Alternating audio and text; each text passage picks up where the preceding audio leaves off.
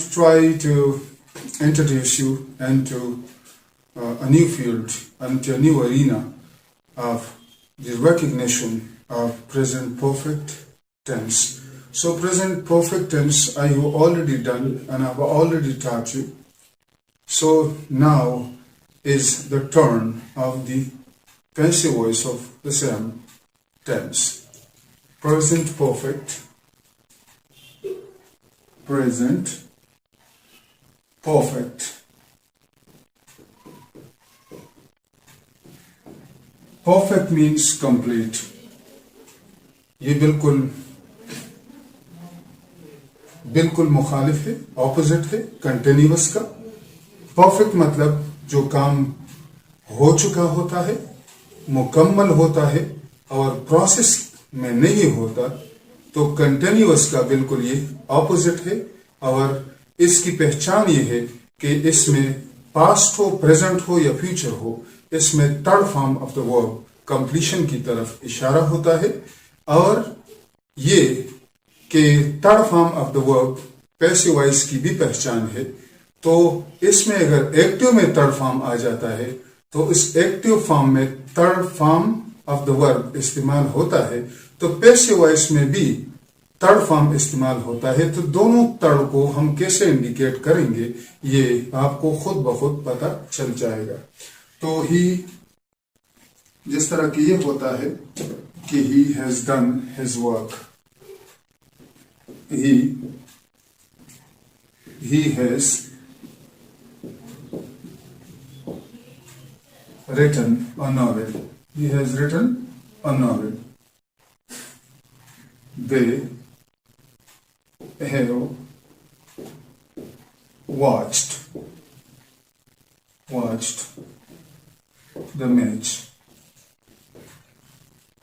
अब ये किस्सा जो है ये भी तमाम है, प्रोसेस में नहीं है, कंटिन्यूअस का बिल्कुल अपोजिट है. He has, it is not continuous, it is not progressive tense, it is not imperfect tense. As he is writing a novel, he is writing a novel, so it indicates that the novel is incomplete, the novel is in process.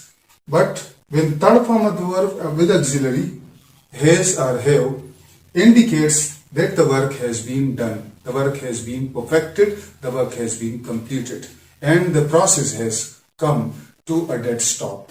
No more is needed, and it indicates perfection. It indicates perfection. So he has written a novel.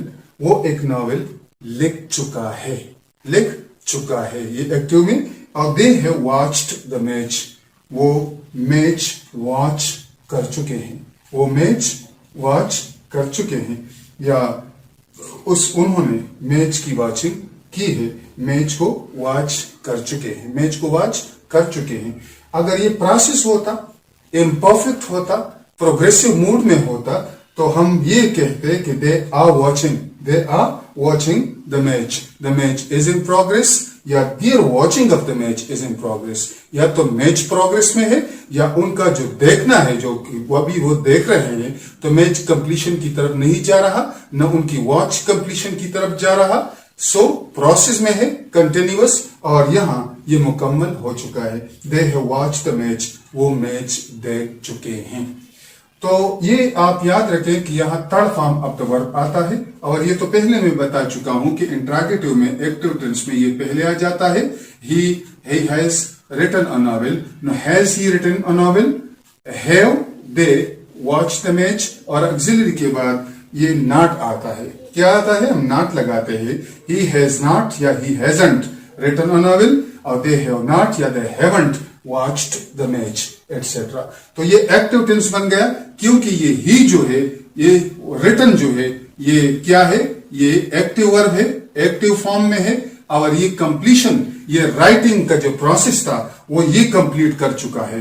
He has written, और ये active tense में है. यहां जो subject है, ये ऐसी position में है कि काम करने वाला, और मेन वर्ब का करने वाला ये है. He has written a novel. अब ये देखें कि ये ऑब्जेक्ट है, इस पर ये काम उस एक्शन का, यानी एक्टर है, सब्जेक्ट है, ये मेन वर्ब है, एक्शन लेता है या एक्शन करता है, एक प्रोसेस है जो विच इज टेकिंग प्लेस। तो राइटिंग ट्रांजिटिव वर्ब है, और राइटिंग व्हाट, तो he is writing a novel. What is he writing? He is writing a novel etcetera. तो he has, is he writing a novel? No, he isn't, he has written a novel, he has written a novel. वो लिख चुका है, आप तो लिख रहे हैं के बारे में पूछ रहे हैं कि क्या वो लिख रहा है, वो काम वो तमाम कर चुका है, वो लिख चुका है। तो इसी तरह ही हैजंट रिटन अ नॉवेल और they haven't watched the match. अब ये सब्जेक्ट जो है, दे हैव नॉट या they haven't watched the match, और have they watched the match, ये इंट्रोगेटिव एक्टिव टेंस के आ गए। अब ये जो एक्टर है और ये एक्टिव टेंस में है और ये ऑब्जेक्ट है राइटिंग का, राइटिंग समथिंग। तो ये आप देखें कि ऑब्जेक्ट को हम यहां ले आते हैं सब्जेक्ट की पोजीशन पे, अ नॉवेल।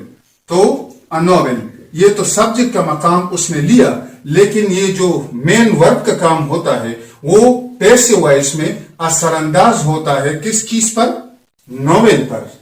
यानी ये एक्शन एक्टिव पोजीशन में नहीं होता, अगर कि सब्जेक्ट का जो मकाम है या सब्जेक्ट की जगह वो लेता है, लेकिन काम उस पर किया जाता है। A novel, a novel. So has ये आ गया क्योंकि नॉवेल भी सिंगुलर है, एग्रीमेंट होनी चाहिए इसकी कि मुआफिकत हो। अ नॉवेल हैज।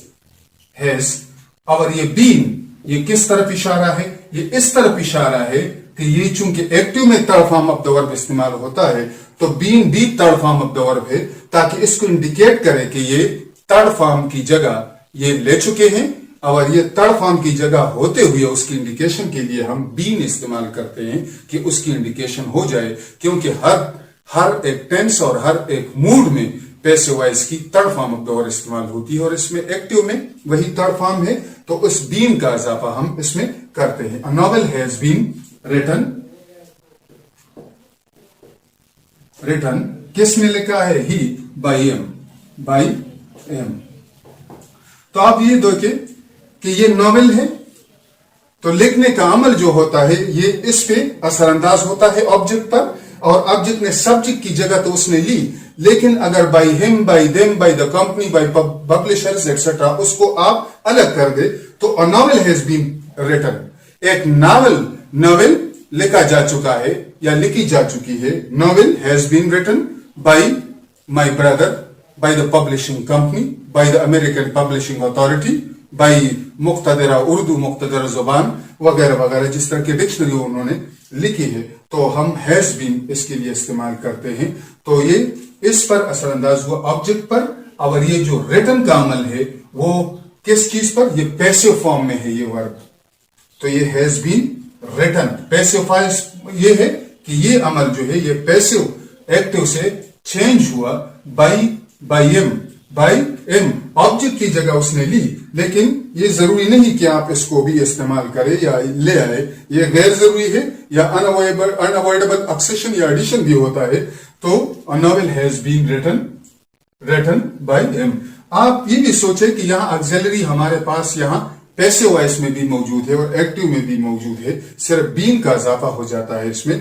तो हैज इंट्रोगेटिव में, तो has a novel been written by him, has a novel been written by M.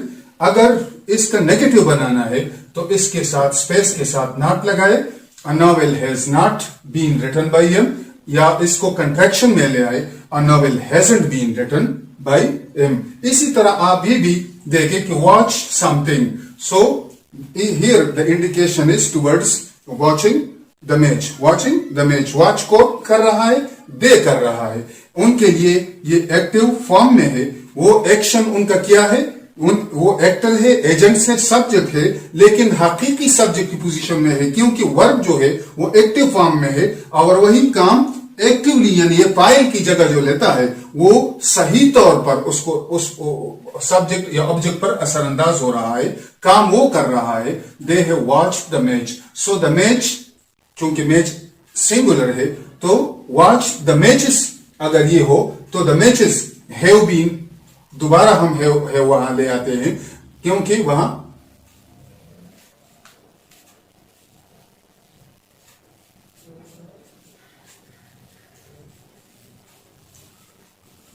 Khabem tabaw barbad karo, tabaw barbad shay nahi.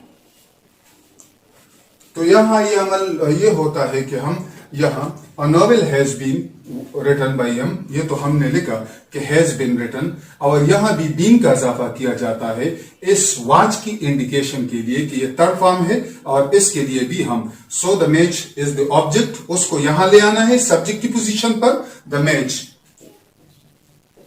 Match has, क्योंकि सिंगुलर है, the match is have, the match has. The match has been watched by them.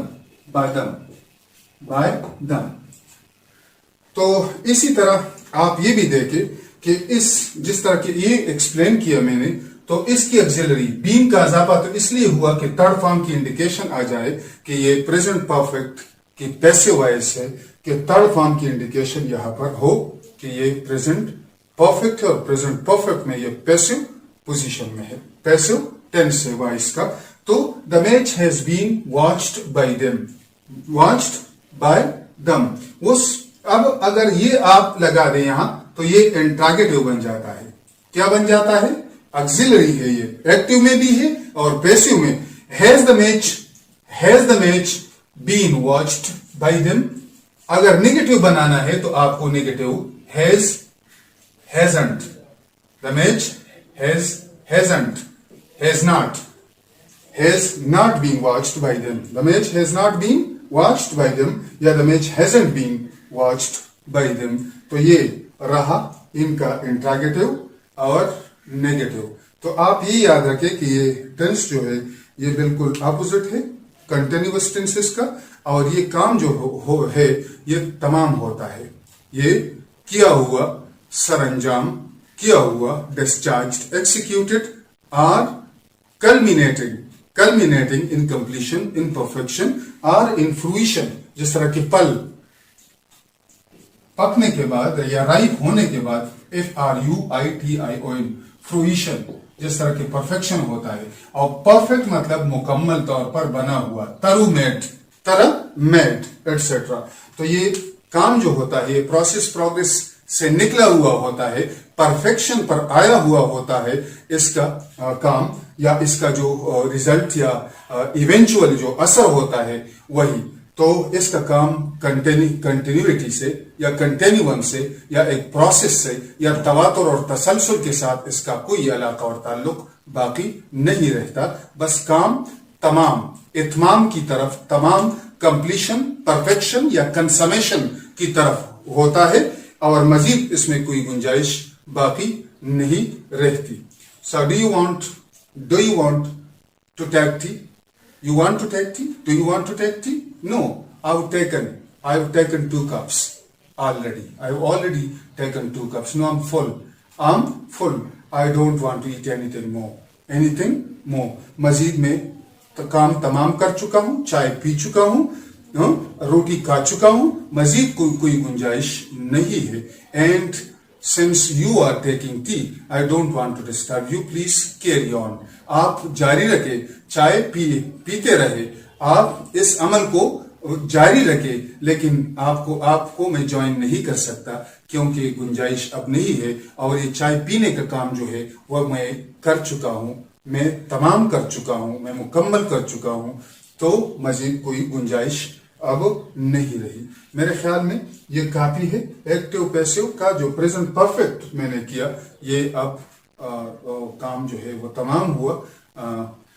जिस तरह के कहा जाता है perfect कि there is always room for improvement, तो there is always room even for perfecting something which has defects, which has something as a demand from you, as a requirement from you, yeah, as a need.